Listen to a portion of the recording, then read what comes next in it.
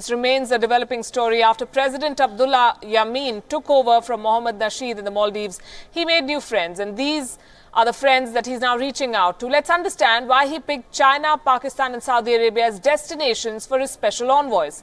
Yameen's proximity with Beijing is an open secret. He has steadily taken his country closer to China. He was the first Asian head of state to visit China after the Communist Party conference in October last year.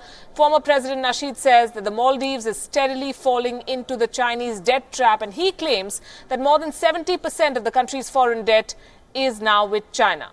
But President Yameen has taken personal initiative in deepening ties with China. Both countries signed 12 agreements last year. One of those is a free trade pact. China and the Maldives have also agreed to increase their cooperation for the Belt and Road Initiative. President Yameen also ensured that the Maldives maintains its relationship with China's all-weather ally Pakistan. During his visit to Islamabad in 2015, President Yameen said that Pakistan has proved that it is a sincere friend of his country.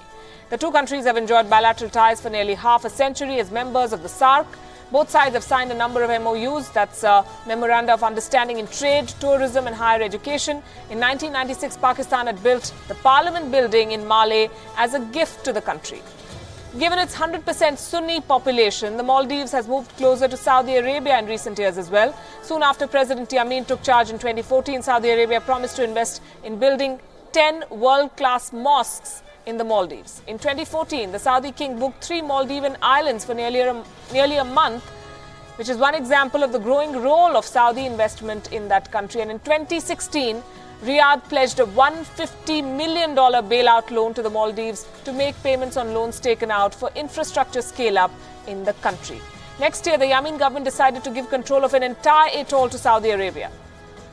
Now, the Maldives' totalitarian President Abdulla Yameen has also forced judges of the Supreme Court, the opposition says at gunpoint, to reverse an order which would have seen the opposition return to power and himself ousted. The opposition and the Supreme Court have fervently appealed to India. India has its troops on standby but is unlikely to send them into the island nation. The question is why?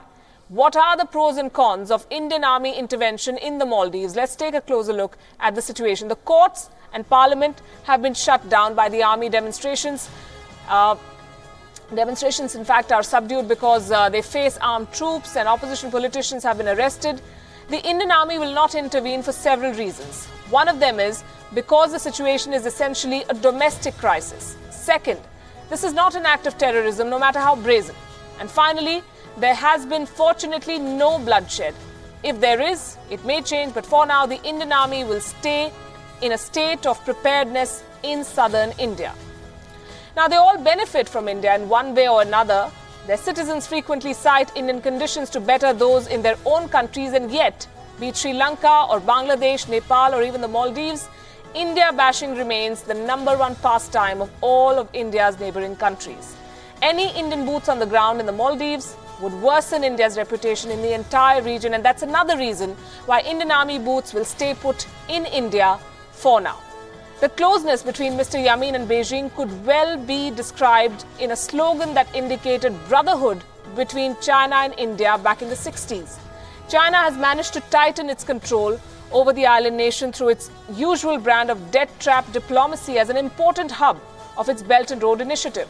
More Chinese tourists visit the Maldives every year than the entire population of the island nation, whose primary source of income is tourism. An Indian army intervention in the Maldives then could set off a multilateral conflagration which could go out of control. But India has the edge over China in 2 other ways, neither of which the Chinese can do much about. Maldivians and Indians share cultural commonalities, as does all of South Asia.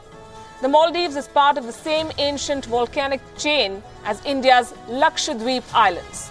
Indeed, there is only one other part of the world where Dhivehi, the language of the Maldives, is spoken to. It is the Minicoy Island in the southernmost atoll of India's Lakshadweep. And another aspect that China will never be able to change is India's closeness and ability to respond in a crisis in the Maldives, which has won New Delhi much goodwill in the past. From its southernmost tip, India is merely 700 kilometers away from the Maldives. So for the moment, it is going to be wait and watch for India, and watch very closely, as New Delhi has been saying. Amidst this crisis, it appears that the opposition in Malé is also a divided lot.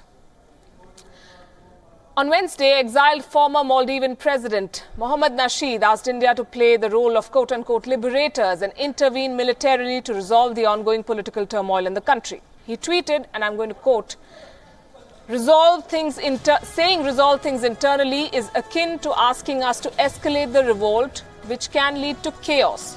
Maldivians see India's role positively. In '88, they came, resolved the crisis and left. They were not occupiers, but liberators, and this is why Maldivians look to India now. Nasheed had also asked the Indian government to send an envoy backed by its military to free the judges and the political detainees.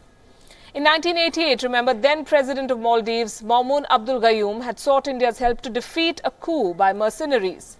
But today, even as Gayoom is behind bars, his own daughter, Dunya, believes that Nasheed's call for India's intervention is very irresponsible. Speaking to an Indian daily, Dunya Maumoon said, and I'm quoting, "I believe that the call by Nasheed for foreign intervention is very irresponsible, even by certain countries. Yes, we are having a crisis, and there are a lot of issues we need to resolve, and I have been continuously calling for peaceful dialogue and enough of war. We have seen a lot of destructive actions, and our people are very concerned. As a country, we really need to make the decisions ourselves and find a way by ourselves." That's not all. Dunya has supported the Maldivian president's move of declaring an emergency, effectively going against her own father, who is President Abdulla Yameen's half-brother. Yameen ordered the arrest of Abdulla Yameen hours after declaring a state of emergency earlier this week. The split in the opposition makes it harder for Delhi to find a middle path to this crisis. The Indian government has already issued 2 statements criticizing the political chaos in the Maldives and that it was especially, quote-unquote, disturbed by the imposition of emergency.